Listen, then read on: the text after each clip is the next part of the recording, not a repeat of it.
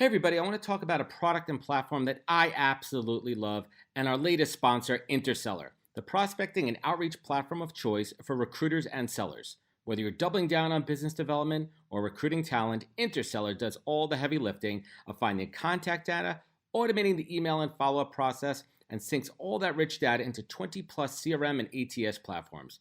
Reach out now and get going on a 2-week free trial and let them know you heard about it from Adam on the podcast today. Check out the link on the website. Appreciate it. Welcome to the podcast, where we introduce you to incredible humans who share their journeys with the mission to inspire you to harness your own inner tenacity to drive your life and career forward. And now, your host, Adam Posner.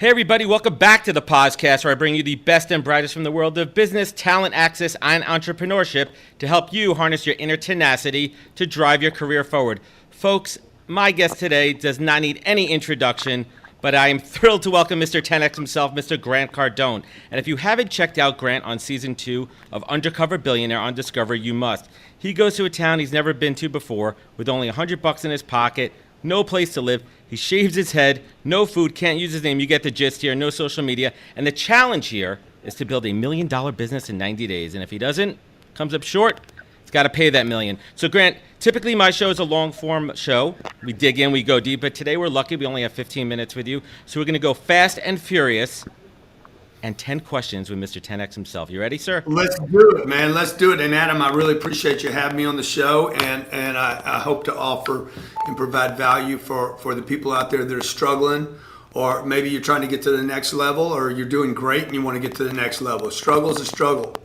So that's what I was hoping to show on this show at Discovery Channel on Discovery Plus. Well, it's awesome, man. Let's give people a little inside peek here. So on that first day of shooting, you had to be nervous, man, right? You're human. I mean, listen, you're Grant Cardone, but you're still a human being. Tell us what you were feeling that first day when they dropped you into Pueblo, Colorado, man. Well, dude, I was terrified. First of all, it was 15 degrees. I knew I had, like, you start like doing a lot of math quickly. Plane lands in Lamar, Colorado, which is 2 hours west of Pueblo. There's an old truck waiting there for me. It's 15 degrees, 3:15 in the afternoon. Sun's going to set in 2.5 hours.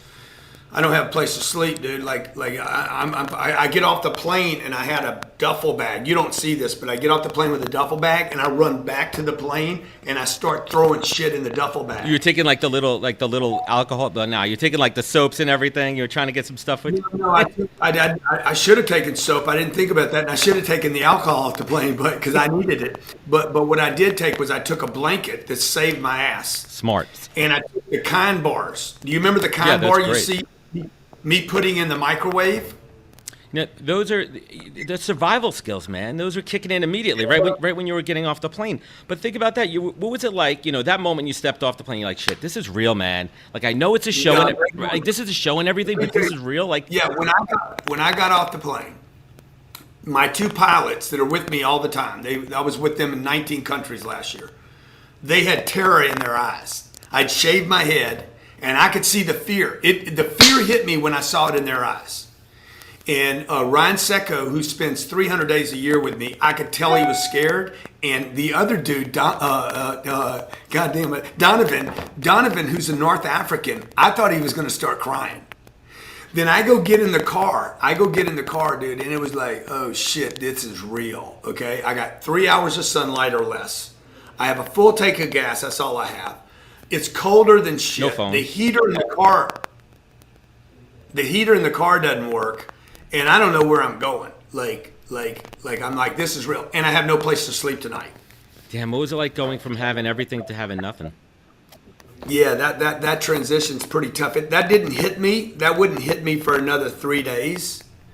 And then for the next 87 days, it would haunt me every day. That was one of the hardest things, was knowing I had a plane.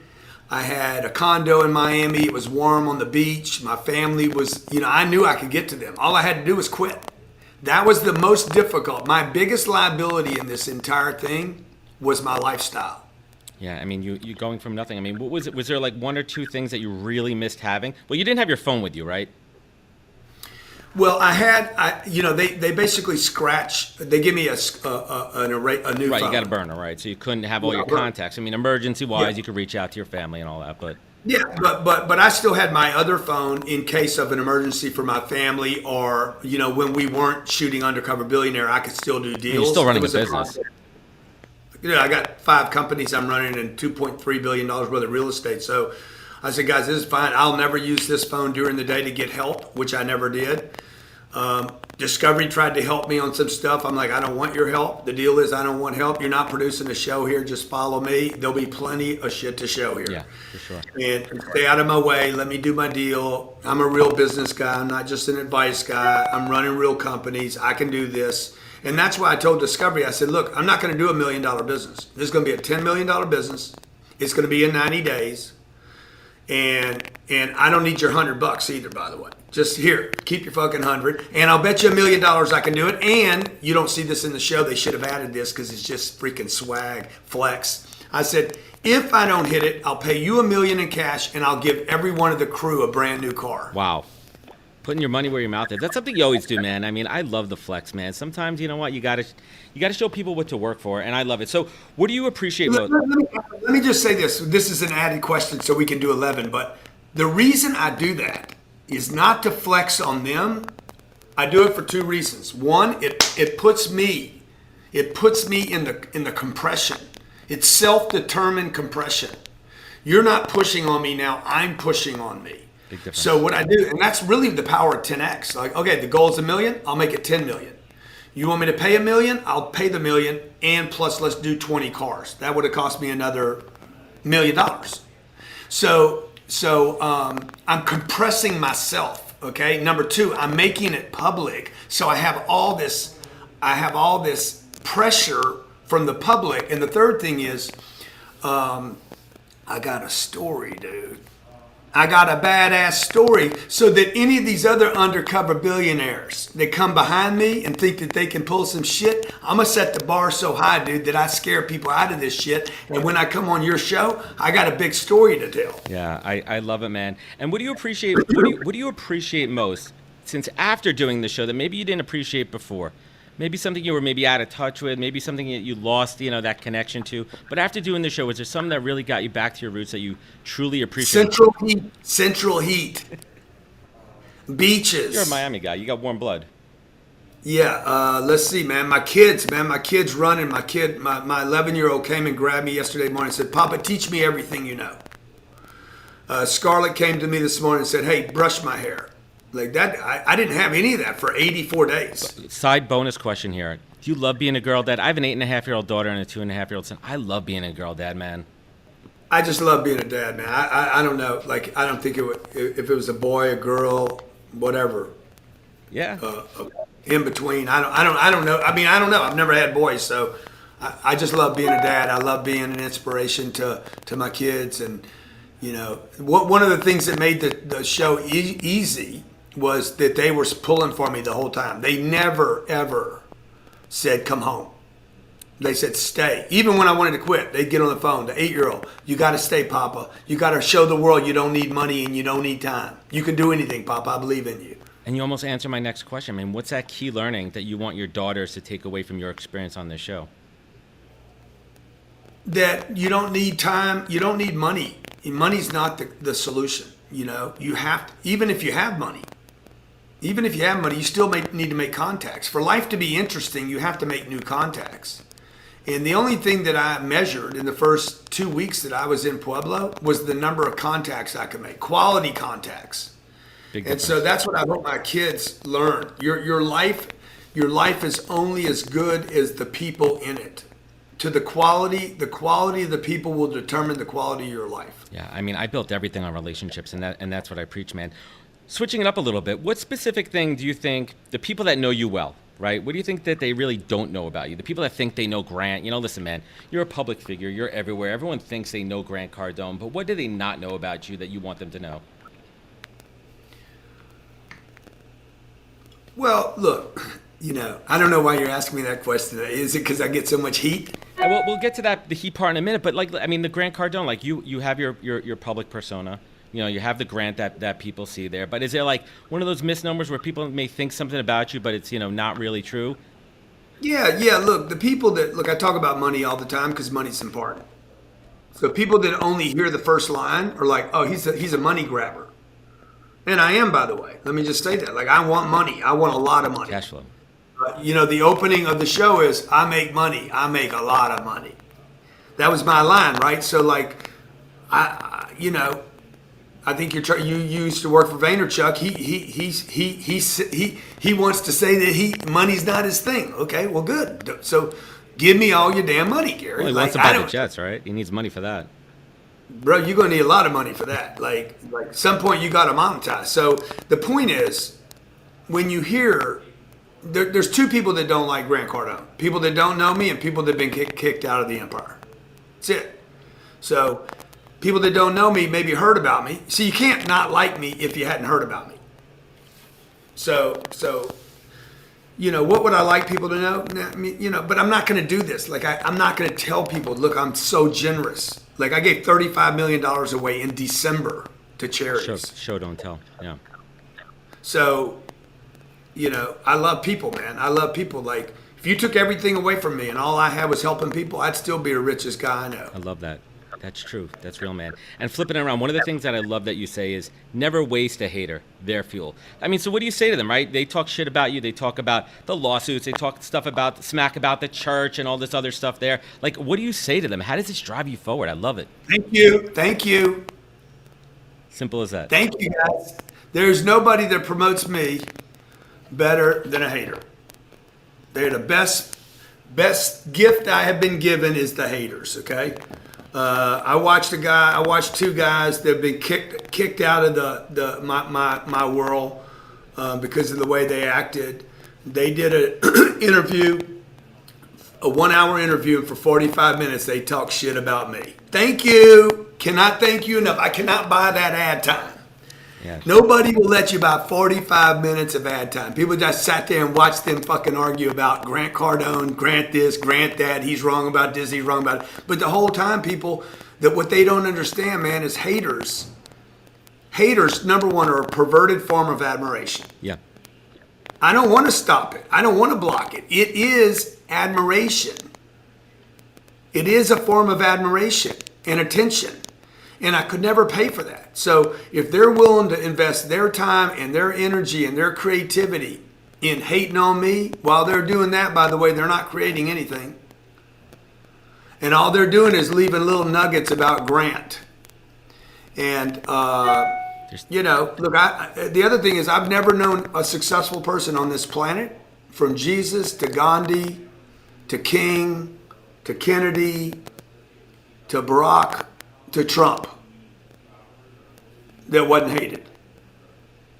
Yeah, totally. So bring it on, ding dong. Let's go, man. I love it. I love it, man. So switching it up a little bit, you and your wife Elena have been married for 17 years. What's Grant Cardone's golden secret to a successful marriage? Man, I hate giving marriage advice because, it's just, marriage is tough, man. It's a difficult thing. Work. And because people change, right? Just being with myself is tough. And then you add another person, oh my God. And then you start adding people's dreams. And then you start adding aging. And you start adding the kids. And you start adding the kids aging. And the kids changing. And, the pressures. And then people saying things. And, people in your lives. Like, we got a big company, fairly big company here. And then you get the haters dropping stuff. The bankruptcy video. I'm sure you saw the bankruptcy video. My wife hated me for 3 or 4 days because of that video. Like that video freaked her out because people were hammering her. And, I do things that she's a different person than I am. And I'm very abrasive and she's very nice. And you also want to protect her. I mean, as much as a public figure you are, it's still your wife, and you want to insulate her and protect her in some capacity. Yeah, but she has a different, the point I'm making right now, she has a different tolerance for the heat than I do. Like, I like it. I like a good fight, right? She doesn't want that. And so you got two people, no matter how much you're on the same page, you got two people, like, have different tolerance levels. I'm extremely forgiving. When people betray me, the door's still open. Just fix your shit. Make good on what you'd said or did wrong. Make amends and clean it up. She's like, door's closed forever. So it's just a different tolerance level of how people handle and deal with things. And that's what makes, marriage is just a tough thing. Yeah. How we've done it for 17 years, we do our best to get on the same page with finances, the kids, and then we discern who's in charge of what. And she gets to be wrong on those things that she's in charge of, and I get to be wrong about the things I'm in charge of. And we hopefully support each other. It's communication. I mean, I've been married 11 years. I think I've won one argument, Grant. My wife's a commercial real estate attorney, side note, and I've won one argument. A couple more questions, we'll wrap it up here. Which cat do you like more, Cash or Flo? Cash, probably. Single best piece of advice you've ever received that you take action on every single day of your life? God, my mom told me the best investment you would ever make. This is the best piece of advice. Best investment you can ever make is in yourself. My uncle told me you need to start learning how to get money to make money. And somebody told me, or somewhere I got, do the hardest thing first. I don't know where I got that last piece from, but I do the hardest shit. The most uncomfortable thing I have in a day, I try to do the first thing of the day. That's smart. That's good advice. And last but not least, Grant, looking back at your life from your childhood early on, losing your father when you were young, the early years when you were unemployed, addicted, and you had to reach down and pull up, grab that tenacity, something you have more than almost anyone that I've ever seen on this freaking planet. And on the other side of it, when you look back and you want to show gratitude for everything you have, this empire, this life that you created, when you're sitting high and pretty at 51,000 feet on that G5 and you want to show gratitude, Grant Cardone, what is your North Star? What is your compass in life? People, man, to help people. I wanted, when I was lost, I was 15 years old and I started using drugs, and I would become addicted to drugs for the next 10 years. I wanted somebody to help me. And I was desperate, man. I was desperate for somebody to reach out and grab me and say, come here. And nobody did. And I didn't really know how to ask for help. And I just, somewhere along the line, in all the confusion and the addiction and the lostness, I told myself that one day if I figured out how to get myself out of the shit, and if I could then, once I got out of the shit, become a success, I would help other people. So that's my North Star, man. Can I help a lot of people? I love it, man. Grant Cardone, thank you for spending time with us. Everyone catch Grant Cardone on Season 2 of Undercover Billionaire. Check out more at grantcardone.com. You know where to find us at thepodcast.com for more. Take care of each other. Stay 6 feet apart. Wash your hands. And catch us next week for another great episode of the podcast. Wisdom is forever, but for us, it's time to go. Thank you for joining us. Luckily, we'll be back with our next episode soon, jam-packed with more incredible humans. Thank you for listening, subscribing, and sharing. To join the conversation, search the podcast on LinkedIn. And to catch up on past episodes and more info, please visit www.thepodcast.com.